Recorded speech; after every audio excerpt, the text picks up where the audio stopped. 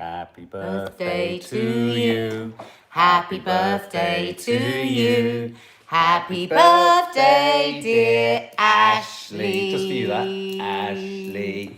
Happy birthday to you. And you. Happy birthday, Ashley. One of our loyal, dedicated followers. Yeah, who's been with us right from the beginning. In fact, I feel like, Ashley, you've been with me since I was a child, alongside me. Hi, Ashley. And I know he's made friends on here, so that's like, that makes us so happy because we know things haven't always been easy for you, Ashley. So we love that you've made friends on here and that you're so active on social media.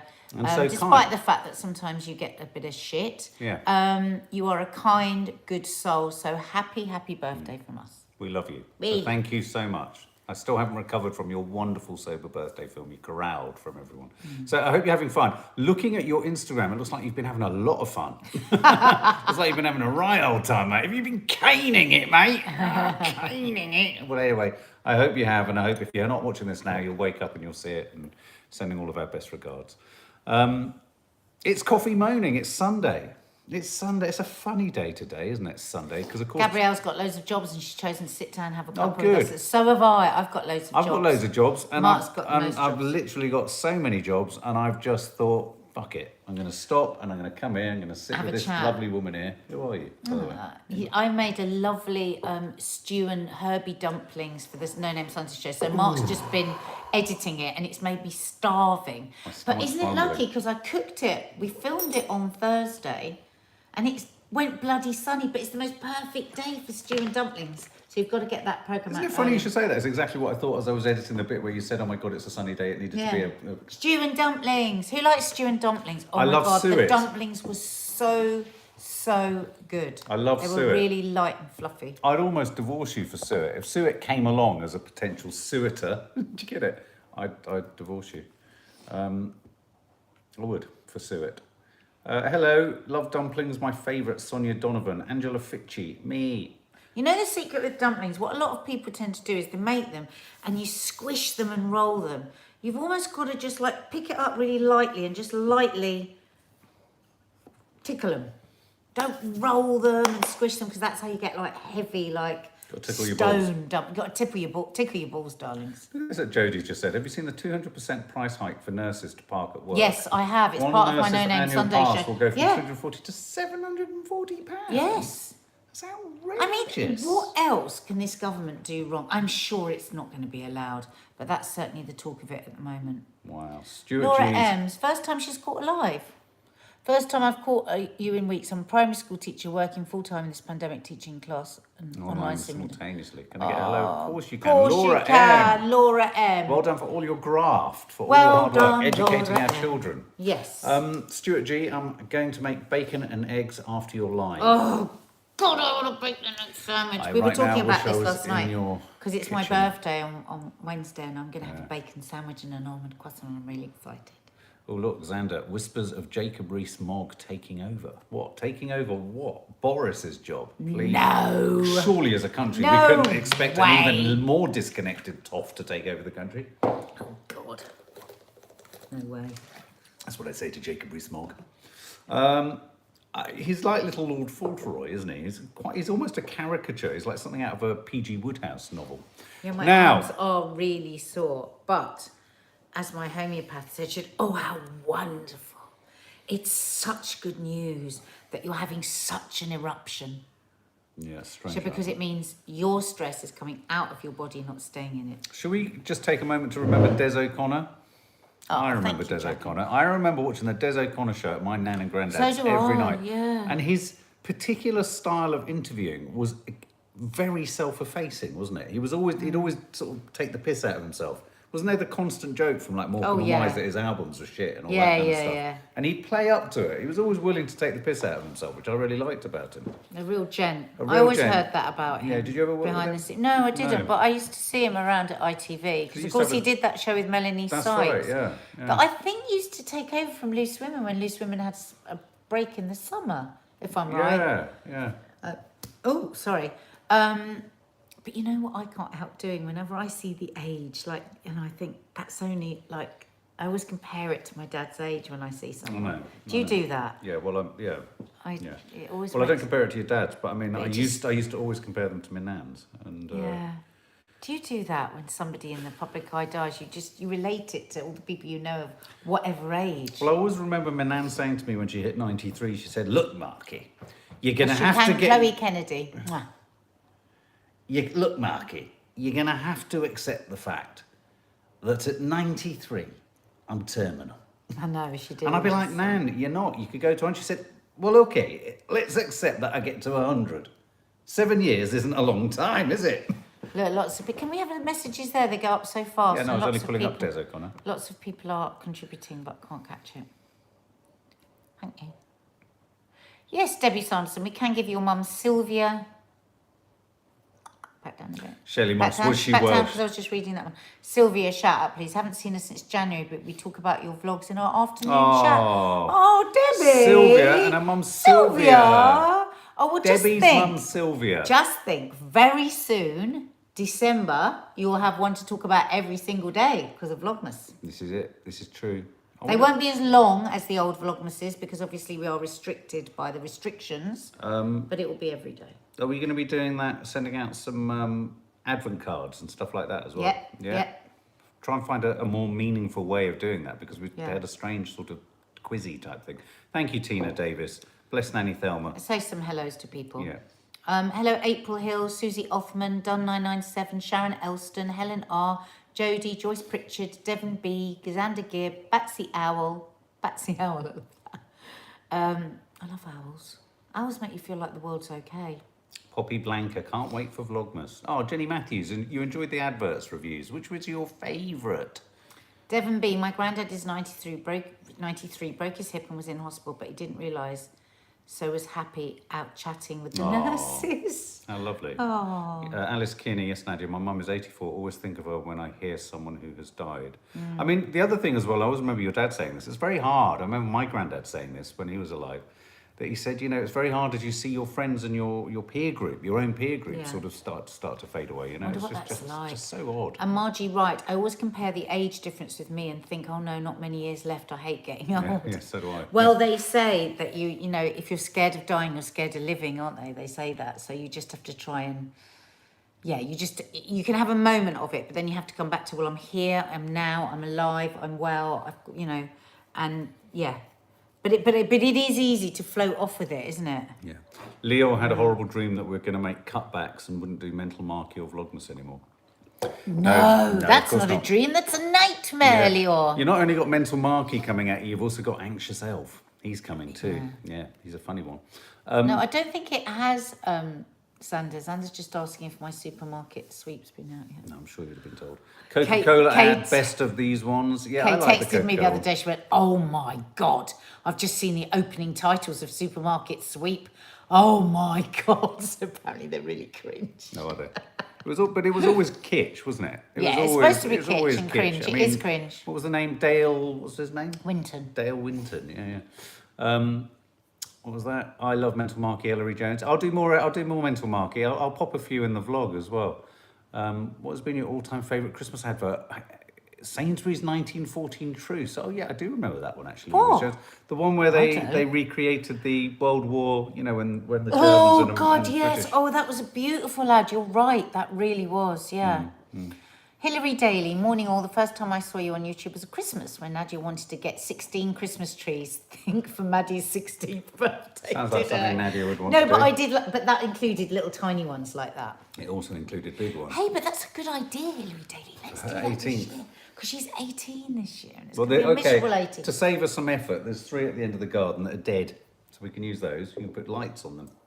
Why are you being such a miserable old Why are you scrote? being a miserable old scrote? Why are you being such a overbearing old scrote? Very Because we're both- overbearing. We're both very grey today. I think we should Everyone, put some colour well, on. speak for Let me yourself. put I some don't feel blue very on. grey at all. All right, I'll put that on my head. It's orange.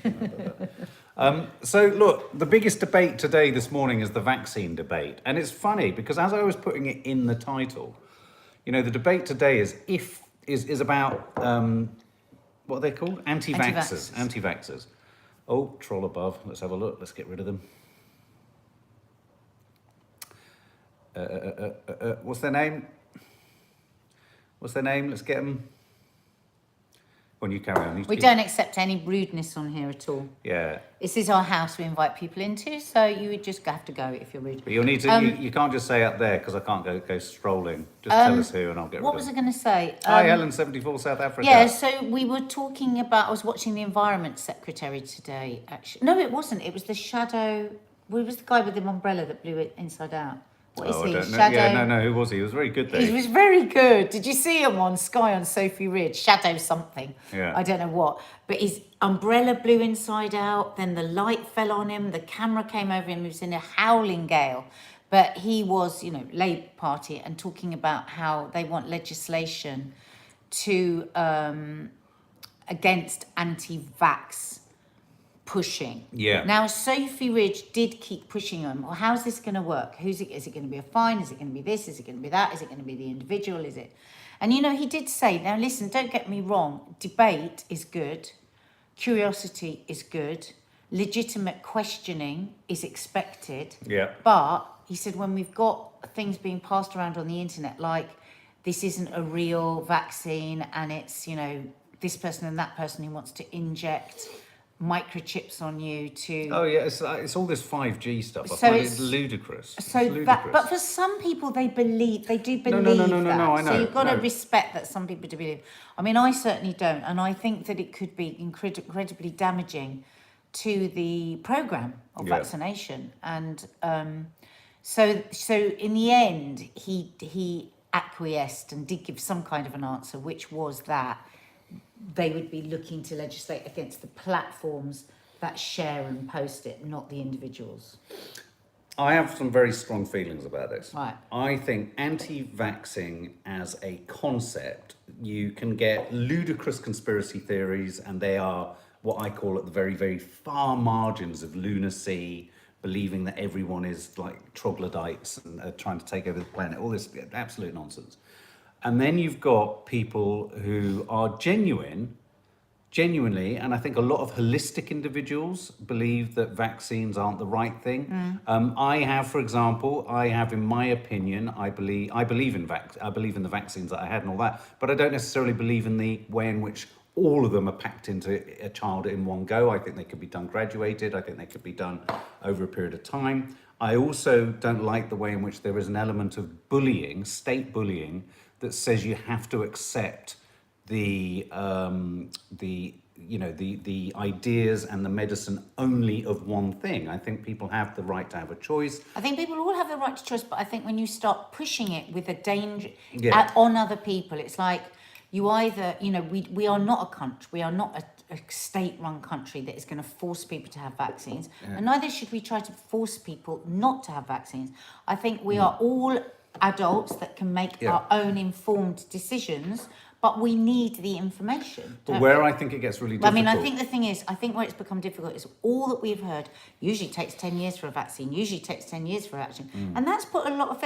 That's not necessarily anti-vaxxers. That's what we've been hearing from the beginning of this pandemic. So people are naturally a bit anxious about why we can have one within a year. But I share people's worries around the fact that often for vaccines to work, it requires a certain percentage of people to take it up. And I can understand why, for some who have taken it up, get a little bit annoyed with the few who believe that it's all right not to take it up, because it only has to become a bigger few and then the vaccine becomes actually ineffective. So it's really difficult. But what I do think, and I said this on one of our lives in the week, we have to be really careful that we don't characterise anyone who has a genuine concern, query, question, lack of clarity, or wants clarity about this, to call them anti-vaxxers is wrong. And I think that's what Piers Morgan's up to. And I think it's... Piers Morgan demanding that you shouldn't get any treatment in the NHS if you turn down the vaccine. I mean, it's outrageous. I think it's reprehensible the extent to which he's closing down debate by, in a sense, weaponising them, the phrase anti-vaxxers, and applying it to anyone who has any, to have a blind sort of allegiance to new technology or medicine that we haven't tested or tried is ludicrous. Nikki Macro says we need the information from both sides, not just one. At the moment, you're only allowed to say anything if you're pro-vaccine. Anyone questioning it is anti-vaccine. Exactly, and that's wrong. Yeah. We have to. There was a GP talking today and said, we talk about this in terms of the mum test. Would the mum give it to their children without question? And that's what we have to get it to that level, to give people that level of understanding of what exactly. No, absolutely. What exactly it is and how safe it is. And so, like, for example, the vaccine that's come through, it has 90% efficacy on the 44,000 people that it's been tested on. We need to know what long-term effects it has. We need to know how it works on certain parts of society, age groups, all that. But that's what peer group, once it's been peer reviewed and once other sort of scientists that don't have a financially vested interest in Pfizer have looked at it, assessed it and analysed it, and it gets given a sort of, objective sign-off, then of course, we're all in a sort of win-win situation. This could be really good. Oh, I've got my apprehensions about it. That it's done within a year. I have. I don't mind saying that. No. But we want to hear. We just want to hear more, and we are going to hear more. Yeah. But the good news is that the GlaxoSmithKline vaccine is also coming out in the next few weeks, and also because that the vaccine has to be kept in -70, and apparently they've designed now these brilliant thermos, like supercharged thermoses, so that places, so it can get right across the world. Maybe countries where people might struggle more with the refrigeration. But I agree with the idea that you've got to manage fake news. I mean, the difficulty with fake news is that a lot of fake news tries to steer very close to being quite viable. And I think that's the really difficult thing is where is how do you fake? know? How do you distinguish? Well, how do you between distinguish between fake news and genuine questioning? And a genuine questioning. A couple of other things that come up today. So obviously in all the papers, we're going to be doing the papers for the No Name Sunday show. Boris Johnson's fiasco at 10 Downing Street is everywhere. And my feeling on this is pretty simple. What the fuck are they all? Why are they all fighting? They need to be dealing with something else here. What's going on? I think people just tend to think this is a Westminster thing. It's so far removed from them just trying to get on with their lives. She's called a Princess Nut Nut. He doesn't like her. She doesn't like him. Well, apparently that's how Dominic Cummings refers to Carrie Symonds, Boris's girlfriend. I mean, the misogynistic language around all of this. Today in the Mail, there's a photo of Carrie like this with Boris, and it says, she's got Boris's ear. Like, they were obviously sitting at some football match or something. She's probably saying, give me a hot dog or something. I don't know. Give me a hot dog. I'm sure she said that when they first met. Mark! Sorry, I wasn't even thinking as I said that. Well, you're not thinking because you're a brainless idiot. That is not actually true. Mark. That's not actually true. As a description of me, I'm an idiot, but I'm not brainless. No, you're a brainless idiot. No, when it comes to penises, you are. Why did you have to bring that up? Said the actress. Why did you have to bring that up? Not on a Sunday, Mark. Ray here. So yes, I think the whole Downing Street. But can I actually say I do think there's some deep-seated misogyny going on here as well. Oh, that's great, Sharon. Don't you? I think there's some deep-seated misogyny. Exactly. And I think they're attacking her because she's a woman. You said this last night on the night shift, and I think it's a really important point. She is in the same profession essentially, not a politician, but PR. She's his partner. She's going to have a conversation with him. They're going to talk about this shit. If you've got someone in Downing Street, sorry to laugh, calling her Princess Nut Nut. I mean, it's a bit annoying. Well, apparently she was privy to the text messages where he's referred to her as that. That's not pleasant. That's not nice. Apparently they one of the reports I read in one of the quality respected broadsheets was saying that there were late night carousing and drinking, and apparently Dominic Cummings and Kane, the other guy, were holed up in the same flat. It was like, like when we had like so many people working here for the. It was like people were in with them all the time. So it was like, and they were drinking, and it was like this sort of like completely sort of. What, in Downing Street? Yeah, in Downing Street, because the rooms are quite small in there apparently, and apparently it was just like being in a student dig with Dominic Cummings's incredible forehead. Do you know what I mean? It was like the meat. You've got a new baby, yeah. And you've got your partners like best mates. And they're always going down. I'm just going to go downstairs now to get some beers with Dominic Cummings. Oh God, I'm going to. Anyone else for cheese toasting? Yeah, I reckon it's like that. It's probably like boarding school in there, wasn't it? Don't you think? Sounds horrid, Janet Sharp. Now, the other thing I wanted to say that was I came across an interesting report somewhere that a number of very high people in the NHS are very concerned that, yes, of course, any vaccine is great news, but that there is a genuine worry that the NHS isn't going to be able to cope with implementing the vaccine, because the NHS is so overwhelmed by all of the other work that it's doing. It's obviously dealing with coronavirus patients. It's dealing with all of the other conditions that are coming through. So, new operations are happening and all that sort of thing. So there is a sort of genuine fear, a grassroots fear, I think, in the NHS, that suddenly they're going to be expected to pivot on a dime and turn all of their energies to what will be probably one of the biggest peacetime mobilizations of medical action. How can you expect an NHS essentially on its knees going into the busiest period, which is Christmas, with coronavirus, with, as we know, 50,000 cancer patients and every other category of illness? It's not just a simple thing. My worry is less about the vaccine and the impact that it could have individually on us. It's going to be the infrastructure. Do we have the infrastructure? And a lot of people are just talking about... But you know what? This could be their moment, the government. This could be their moment. They could really pull this together. If I were their PR people, I would be saying, do this like no other nation. Get the infrastructure in place. Mobilise the troops. Be almost, be military in it. And a lot may be forgiven and forgotten that they've done wrong in the past. This is a chance. Yeah, it's a moment to step up to the plate. It really is. It really is. Yeah. And don't forget, they've done a lot. No, they've done a lot that has been very good. We are testing more people than anywhere else. The main problem is their terrible track and trace.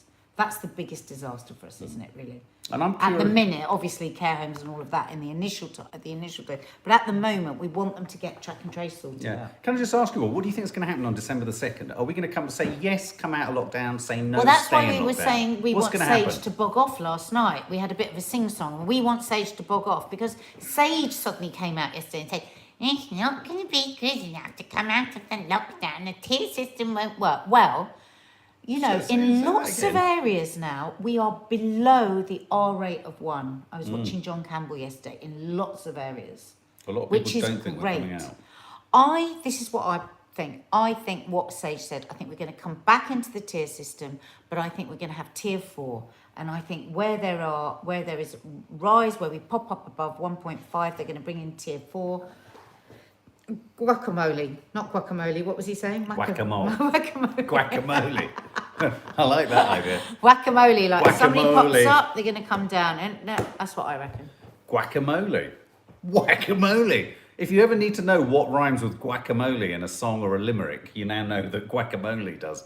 The vast majority of people here seem to think that we're not going to come out of lockdown. No, we are. The one thing that absolutely has to happen on the 2nd of December is that we have to, by law, come out of lockdown. But they would have to go through the whole process again. Yeah. No, wait a minute. Go to Westminster, question time, all of that. And last time, there was an overwhelming majority of people, was there not, that said we will only vote for this if we come out on the 2nd and there isn't a second lockdown. We will not vote for another lockdown. No, they did. Lots of Tory rebels did. Yeah, but not enough to overturn any, because the Labour Party were fully behind the vote. No, but wasn't there more so if the people? Science, wasn't there part? No, but there was. Wasn't there lots in the Labour Party? Can we look it up as well? If the science is solid, I think there would be enough in the Labour Party to carry through. There was never the threat of it not being voted through. No, I know, but they were saying that they would find it difficult to vote it a second time. Well, I agree, but I suppose the question I'm asking is less about whether they just want to hear wing and a prayer say, oh, let's extend it. But if the science is suggesting that the numbers haven't come down and the death count is still high and the optics on it don't look good, and the NHS, let's face it, this isn't just about, unfortunately, about cases, deaths, etc. It's about how is the NHS behind the scenes coping. And I think in many regards, that's where we're not, as a public, being privy to the absolute truth. We get anecdotal evidence from people talking about various hospitals, but I think the government is acutely aware of the pressures on the NHS. So,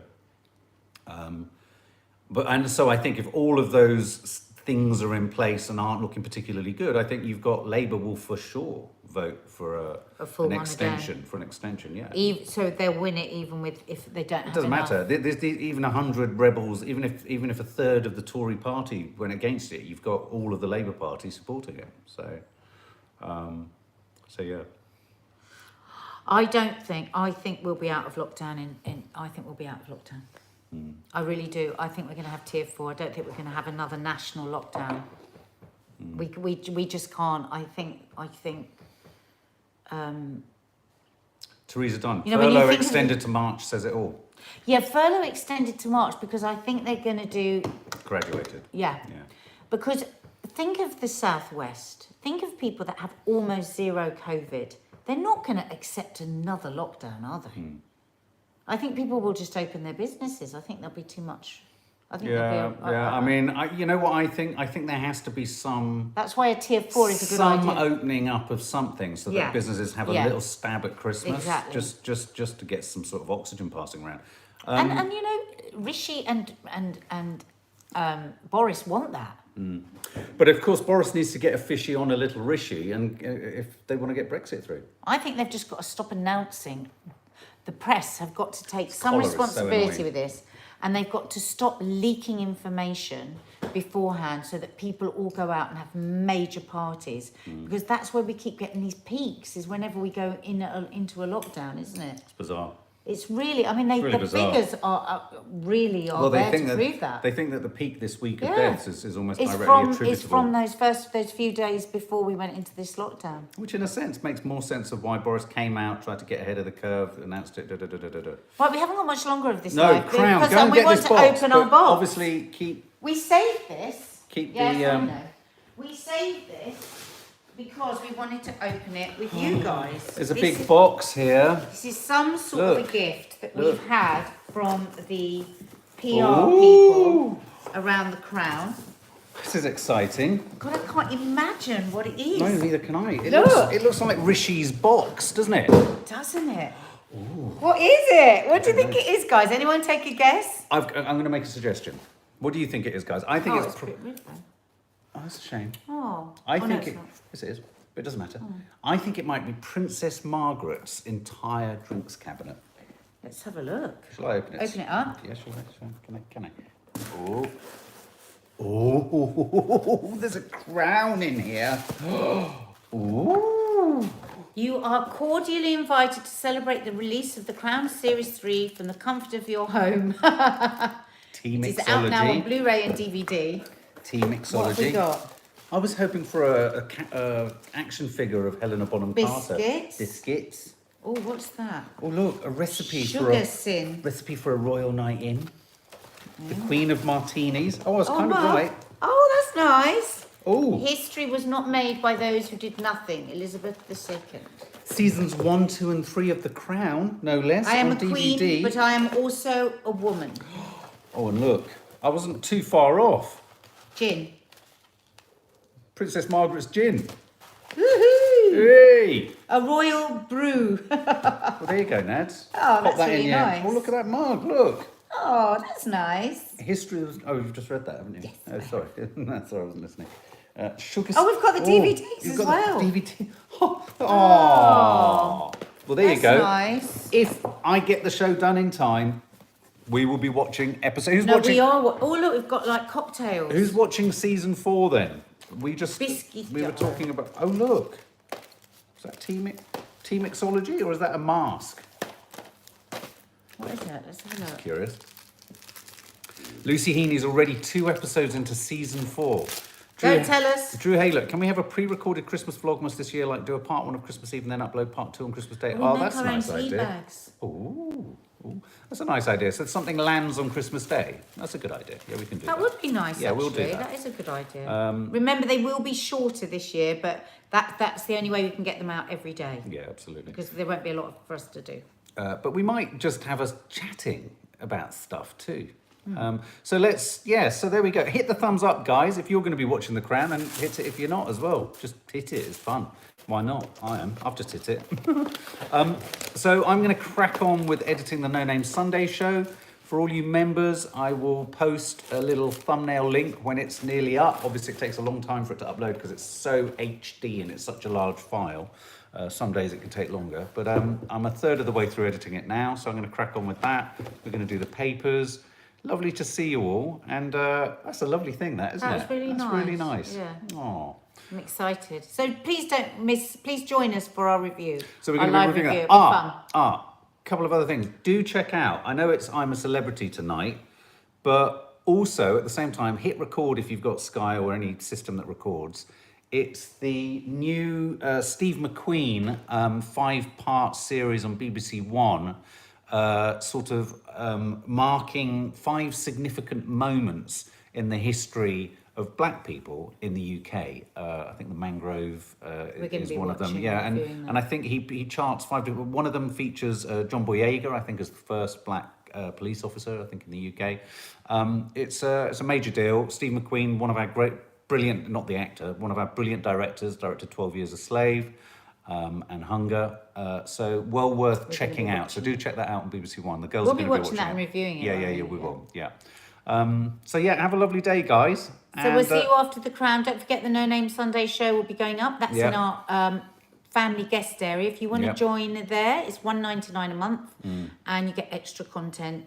But if you don't want to, there's plenty of free content on here. And of course, a vlog landed last night. Yeah, so if you fancy a distraction until the Sunday show lands, do go and check it out. It's total carnage, as usual. And yes, let's remember poor old Des O'Connor. And rest in peace, absolutely. Love you all, guys. Take care. Have a lovely day. Happy birthday, Ashley. Happy birthday, Ashley.